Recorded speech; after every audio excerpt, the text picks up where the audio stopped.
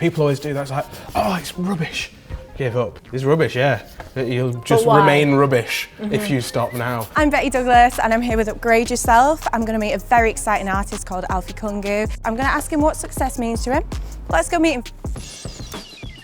So this is like my body of work that I sort of imagine as a carnival procession or like a broad community. So a lot of the work centres around dance, fluidity and sort of like bodies in motion. I don't work on like a traditional canvas stretcher frame. I use like an old clothes rail. That came from not being able to afford like canvas stretchers, it's so expensive. So like the accessibility to things, like I tried to not let that stop me and just find my own way to actually like work on things, so it never stopped. I hear that I'm going to get involved. We're going to do some painting. Yeah, we're going to finish off one of my latest pieces. Yeah, let's do it.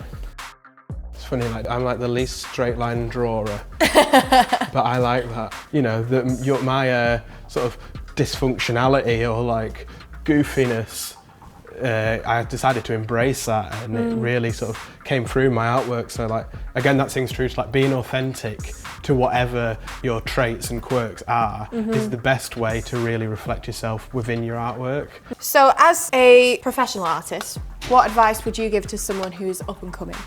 The hardest thing, I suppose, is like, how do you sell your work, you know?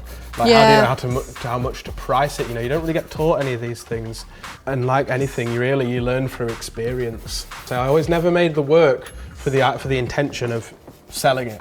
Like a kid wants to draw their favourite pictures, I just did it for the love. And if you like it, it'll usually be better. That will probably increase the chance of you being able to make money off it.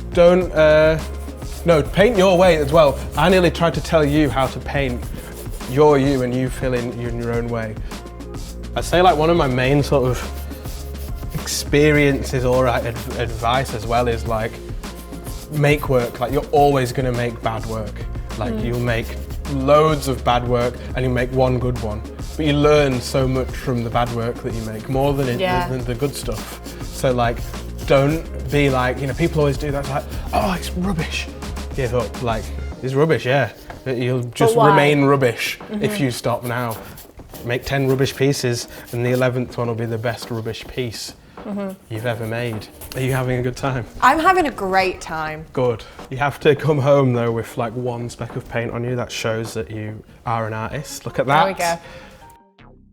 We're in Leeds at the minute, we're in the north of England, but I know that you lived in London for a bit and then you moved back up north. What made you want to make that change? We decided to come back because we were going to have our first child. Instinctively, we both knew just to come home and be near a family. But equally, the benefits of not necessarily always being London-centric is like in the north, things are cheaper generally.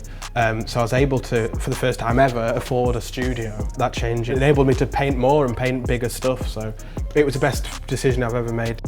If you're just starting out and you're not really clear on what your boundaries are, because you're really new to everything, what advice would you give to people? Don't rush into making a decision because somebody who might seem like a bigger entity or organisation or older or more experienced person is asking you, like, hold your own, and they might be asking you to do something you're uncomfortable with. Therefore, you know you're in your boundary because you feel uncomfortable and you say, no, I don't want to do this, I want to do ABC. And often you will get immediate respect if you say, like, no, I'm not comfortable with this, but I do want to do this. Reach out to people whose work that you like. Like, don't be afraid to say, like, oh, I really like what you make. And that's how you build your network, and that's how suddenly that person could just become your mate. Building that sort of community network around yourself to be part of is really important to sort of develop and support each other and grow. I have absolutely nailed this pistachio strip. I think pistachio is on the money. I feel like it would take days for us to finish this whole painting.